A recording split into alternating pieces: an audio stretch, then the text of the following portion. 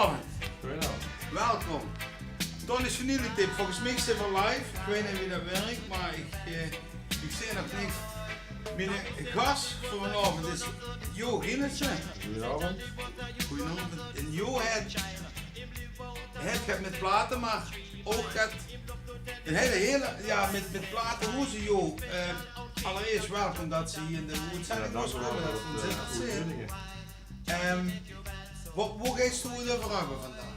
Nou, ik ga het vandaag hebben over comics op platenhoeden eigenlijk. Comics op platen? Ja. Ik ben geen comic fanaat, zeg maar de comics lessen gaat het niet. Maar ik heb ooit een deugdje gekocht in een platenzaak, een bovenzaak. En daar stonden allemaal hoeden in met platen wat de comictekenaars gemaakt hebben. En dat vond ik zo mooi. En ik dacht van, wauw, die ga ik verzamelen. Maar was ze toen aan platen en verzamelen? Toen was ik aan platen verzamelen.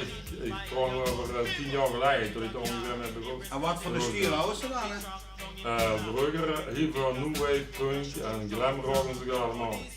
En helemaal overgestapt alleen naar Nee, de... niet alleen comics, maar ja, ik heb een hele brede smaak. Ik heb gitaarmuziek, dit, reggae, alles. Ja. Jazz, heel veel. Maar ik heb 12.000 platen, dus dan heeft ze gewoon heel veel verschillende soorten muziek. Dus, en nu ben ze specifiek platen aan het verzamelen, of specifiek, als ze tegenkomt, koop ze platen. Met comics. Wat hebben nu... The Lone Ranger of zo. Ja, dat is gewoon een leuke striphoed. Dan kom ik ze tegen, oh ja, de hessen waren in de strip. En de muziek boeit, ik vergin met. Wel, maar dat is wel meegenomen. Dit is natuurlijk een leuke bijkomstigheid. Ik koop niet alles met strips, moet wel een beetje, maar dan kijk ik niet zo op de achterkant, oh ja, dat is dus een... En hoef ze net te luisteren aan... Ja, dan weet ik zo ongeveer wat het is en dan neem ik dat net. Maar ik vind de strip gewoon al geweldig. Kijk, als je wat van de 1 euro of 3 tegenkomt, want dat gebeurt niet zo met zulke platen, ja. Dan koop ik ze graag. Ik heb hier over een van de eerste platen die ik dan gekocht heb, dat is Joost Zwarte, een bekende Hollandse tekenaar. Die heeft nog postzegels ontworpen en zo gaat. En dat is de stijl wat hij heeft, dat is de klare lijn. Hè? Dus we gaan wie Kuifje, de HC. Ja, ik heb hier een plaat van een Scandinavische groep. Ja, want ik moet even de bier vertellen, de achterwand vandaag zijn alleen maar platen van het specifiek, oh wacht, we moeten naar de volgende plaat. We moeten naar de volgende plaat, joh. Ja, okay. Even want deze is afgelopen. En dit is? Dit is The Royal Guardsmen. Dat is ook weer een Scandinavische groep, maar die zingen over Snoopy, je weet wel, van Peanuts. Ja. Versus The Red Baron, dat is een van de Eerste Wereldoorlog in zijn vliegtuig, maar daar gaat een liedje over. En ja, kijk maar eens naar de hoes, dat is toch een geweldige hoes. Dat is dat is de groep en dat is, ja, Snoopy is al. Ik heb van Snoopy en van mij maakt B.B. King uit een jazzmuziek, we hebben ook veel Snoopy. Ja, dat ook. Maar ik onderbroek met Hergé. Met Hergé, ja, maar ik moet even dan... Vertel, doe maar weer. Ja, dit is dus die AP van Hergé. Dan is door Hergé getekend. En dan denk je, ja, dat zal ze wel in België tegenkomen, maar het is een Scandinavische band. En als je die dan open trapt, dan is het dat is gewoon heel erg herkenbaar Hergé. Ja. Dus daar gewoon ik wel een singeltje liggen. Dat is gewoon een Italiaan. Die dus in België woont. Daar heeft Hergé dus ook een singeltje door gemaakt. En die zijn eigenlijk ook origineel door Hergé getekend? Ja. Wauw. Ja. Want dat zie je ook Hergé. Nee, dat is... Ja, Hergé heb ik hier niet opgehangen. Ik heb hier wel een goede Franse tekenaar ophangen, dat heet Charles Leclerc. De Flashtones, ja, dat is van de Amerikaanse gitaarmuziek. De rockabilly ook. En de maakt strips, die gaan voornamelijk over rock'n'roll artiesten en zo. Hij heeft allemaal figuren in de strip met zo'n kuif. Een echt geweldige strip, maar ja goed. Ik heb er een paar, maar ik kon er niet verzamelen, want dat is een eind. Slipwater eerder dan de band? Ja, oké. Dus die hebben dat maakt dus meer, maar dit is echt van de mooiste wat er gemaakt is, vind ik. Een ander voorbeeld van de denk ja, nou, kent ze dit meneer? Hij is zag meteen van de dus van Maat. Van de blaad, het Amerikaanse Ja, blaad. maar als je dan de plaat omwijst, dan weet je misschien meer dit is afgelopen van Obelix, hè. En van onder zo, hè. Ja. En dit is voor de gekte, de zitten zingen altijd niet te verwachten. Maar dit is de Maar artiest, dat is de artiest, ja. dat is de echte artiest, dat komt er dan getekend aan. Ja, het volgende plaatje, dat is een zelfs Batman, ja. Ja, dus we gaan nu even... We gaan even naar de Amerikanen. Hoe mag ze dit doen? Nou, Batman is wel eens, Ja. En ja, dit is de oude Batman nog, hè, van de serie van de oude jaren 60, als die daar hangen ze, Batman en Robin. En Batman is natuurlijk in de lotpartie er heel erg veranderd, maar ja, dat is wel, dan klommen ze de hoezen op, hè, maar die liepen eigenlijk zo op de grond, hè, maar dat zocht ze niet. Hoe heb ze de hoes van... Nou, hoe wil je dat? En van de Amerikanen, ja, er is de heet Jack Davis aan de voorkant van de hoes standaard. Hè. Dan denk je, oh ja, leuke tekening. En dan zetten ze gaat open. En dan komt er een ganse... Ja, dat is toch geweldig. Ik vind dat mooi. nee, maar dat is natuurlijk wat die achterlijk op vandaag met zijn Spotify en USB-stick. Die emotie die krijg je toch nooit meer op Nee, maar ik bedoel, op het CD is dat, daar valt dat helemaal weg. Ja. Dus daarom, vinyl is daar perfect voor. En dan Jack Davis, daarboven hangt nog een van hem, die white trash. En dat is zo'n soort hoes allemaal.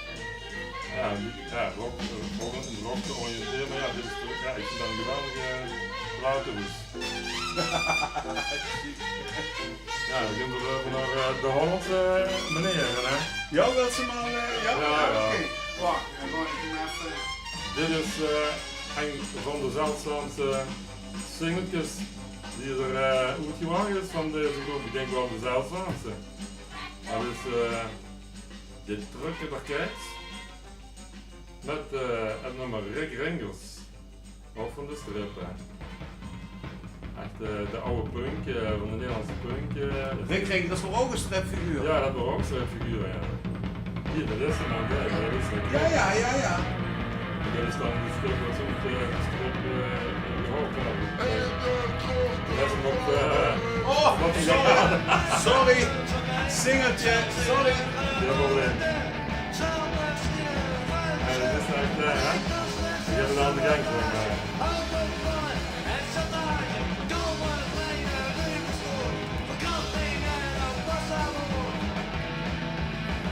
Heel zwarte halfmaal gehad, hè? Dan komt er die een van mijn favorieten. En dan kent ze misschien ook nog wel als ze die tekening dus dat ze vragen de oren gelezen heeft. Ja. Of de muziek is prijsvragen als ze het ervoor. Maar Peter Pontiac, daar maak je dan die tekeningen in allemaal van die artiesten. Peter Pontiac, ja. En dit is een AP wat hij dus getekend heeft. Maar dan maak je dus eigenlijk, dan maak je geen muziek, dan maak je nee, dat mag dan echt strip zijn. Maar dit is dus een van zijn AP's die hij getekend heeft. Wat sprookjes zijn. Die zijn een beetje de bibelen toestanden en zo. Heb ze nu ook de stripbeukjes verzameld? Nee, die heb ik nooit verzameld. Ik heb al een paar strips toes, maar voornamelijk van hem dus een keer hoger rol, want dat krijg je als muziek en zo. Hè. En van hem zoek ik wel nog een AP. Dat is mijn ultieme paal om te vinden. Die heeft een AP gemaakt, die heeft de wieling gewalkt. Dat geeft is een verzamel AP. We spelen de Nitswits, dat is ook een Nederlandse punkband. En door een andere band spelen we samen. Die hebben het, bij hem heeft het hoesontwerp gemaakt van de hoes. Er zit een oude kraakband op, het is volgens mij Wielingen hoes dat toen. En daar hebben die gespeeld en dan heeft hij dat getekend, een heel mooie hoes. Die is ook nou. Oké, dus voor de lui die nu nog hebben liggen. En maar dit is wel vette punk, hè. Oh jee. Het ruikt nog kijks voor dat. En hoe zijn we aangekomen aan? Robert Trump. Dat kent wel iedereen, denk ik. Nou? Ja, een Amerikaanse tekenaar en artiest, hij maakt zelf ook muziek, hè? Ja, maar ik denk dat net van kijkers van mijn programma. Ik hou gelukkig 2 oude broers. Daar heb ik wel eens tijdschriften van, waar hij in tekende. Ja, maar kent ze Janis Joplin en Big Brother Holding Company? Die hoes is ook van hem. Hij heeft ook getekend? Ja, dat is ook van hem. En dit heb ik laatst gevonden, ik heb er nog meer, maar hij maakt voornamelijk hoezen van blues en oude, zeg maar, nog oude muziek. Zo, dit is ook blues, maar voornamelijk bluesplaten, dan maken de hoezen voor. Dit klinkt wel heel oud, hè? Ja, maar ook zelf, volgens mij heeft er ook een eigen label en dit is volgens mij zijn eigen label, die Zoo Records. God, ja joh. Ja, dat is... Maar daar houden ze een briefje gemaakt, maar ze van alles opgeschreven. Ja, maar dat zijn een beetje zo van welke, voor welke de tekenaar is. En voor de Asterix, dat is, bijvoorbeeld hebben die geklaut van Asterix ook, hè. Maar dat is een Duitse groep, maar dit is niet Gallië, maar die hebben het noorden van Duitsland wel gepakt. Met hetzelfde dingen ongeveer, hè. Dat is de Ondozo die heeft dat getekend. Maar daar zijn ze niet voor aangeklaagd. Nee, maar dit is niet origineel van de Ondozo, maar die hebben dat gewoon gepikt. Ja. Die wat ik net wil zeggen, dat is wel van de Ondozo. Ja, ja.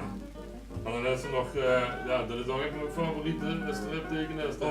De E.P. Jacobs. Dat is de van Blake Mortimer. Ja, Blake Mortimer. Heb ik vroeger stripboek voor gehad. Ja, dit is nu heel erg in die Marvel. Marvel, ja. De Avengers of Invasion. Ja, de Avengers allemaal, ja. Captain America. Captain America. En die hebben Wonder Woman. Wonder Woman door de singeltjes. Ja. Oh, wie. En voor hebben we hier Dick Bruinestein, dat maakt de vroeger de tekeningen bij Studio Sport nog. Ik weet niet of ze dat nog gezien heeft vroeger. Ja. Dan maakte altijd die snelle tekeningen, dat is tijd al. Dat is een plaat met allemaal wieleropnames van de winnaar, wie Jan Jansen de Tour wint en wie Jan de Raas wereldkampioen wil. Maar heb ze gekocht voor de hoes. Ja. Dick Bruinestein, kijk dat Dick dat wat eronder staat, dat betekent dus Dick Bruinestein. Ja joh. Dat is even goed, maar ja, we kennen ze heel veel, we kennen ze blijven vertellen. Dit wil ik ook nog even laten zeggen, dat is Blueberry, de strip, hè. Als ze dan kind van vroeger nog zo'n oude westen, als ze dat dan oplezen, dat kun je proberen. Ja, geweldig. Toch? Hele mooie hoes. Maar het is allemaal goede muziek. Eddie Mitchell, dat is een beetje zo rock-and-roll figuur uit Wallonië, zeg maar. En maar zijn die nu ook nog echt collectors eigenlijk? Ja, dit is eigenlijk een collectors. Dus er moest echt ja, er zijn heel veel collectors. Wat hier bij hangen, maar ja, ze moesten gewoon tegenkomen. Dat is een toevalstraat niet zo. Want ik kom even zien hier nog de bier brengen. Ja, hier. Of hebben we dat opgehangen? Dit hebben we opgehangen, dat is Nino Ferrer. Ja. Daar heb ik ook de LP van, die zorg ik al heel lang. Kom ik een België op een gegeven moment op een rolmerk tegen voor €1. Kom ze gewoon door.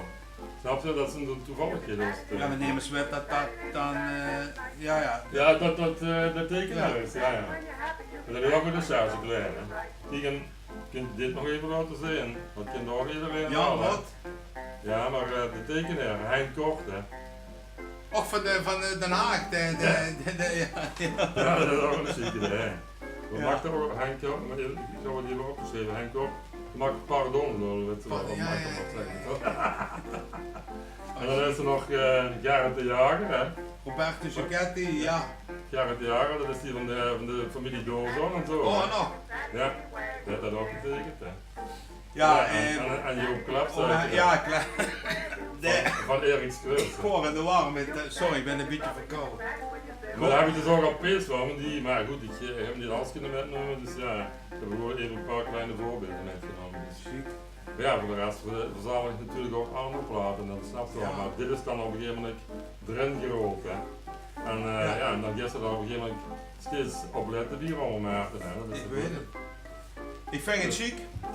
Ja joh, heel erg bedankt dat ze naar Zittert best gekomen in mijn home studio. Wilt je, vond je het leuk? Ja. Heb je nog opmerkingen of wilt je zelf in de uitzending? Laat even het weten. Ik meende dat ik hier via de iPad kon kijken, maar het is allemaal niet gelukt om op uw reacties te reageren, maar de techniek liet me in de steek. Dus heel erg bedankt voor het kijken. De eerste Tony's Vanille Dip live, dankzij Danny en dankzij Hans, maar ja, ik ken geen camera draaien. Dus ja joh, ik laat Red whatever de Hoekenboys even opstaan. Geef ik een handje. Ja, dankjewel voor het uitnodigen. Kijken wat de lui ervan vingen allemaal. Natuurlijk.